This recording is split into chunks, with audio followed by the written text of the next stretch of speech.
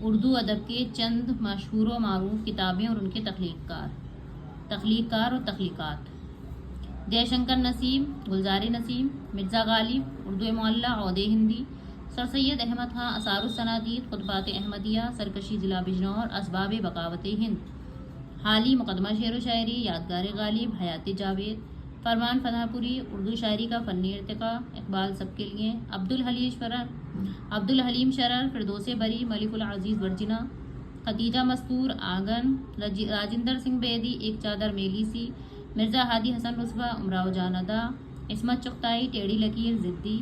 قرۃ العین حیدر، آگ کا دریا، میرے بھی صنم خانے، غلام ربانی تابہ، ہوا کے دوش پر، سیدہ جعفر و گیان چند جین، تاریخ ادب اردو 5 جلدوں میں، سجاد ظہیر، لندن کی ایک رات، روشنائی،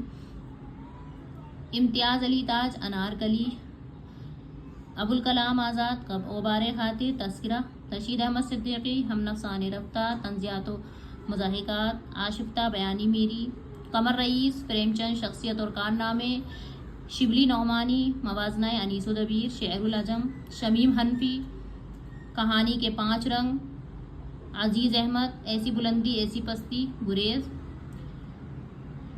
احمد جمال پاشا، ظرافت اور تنقید، قاضی عبدالغفار، لیلا کے خطوط، مجنوں کی ڈائری، شوکت صدیقی، خدا کی بستی، حیات اللہ انصاری، لہو کے پھول۔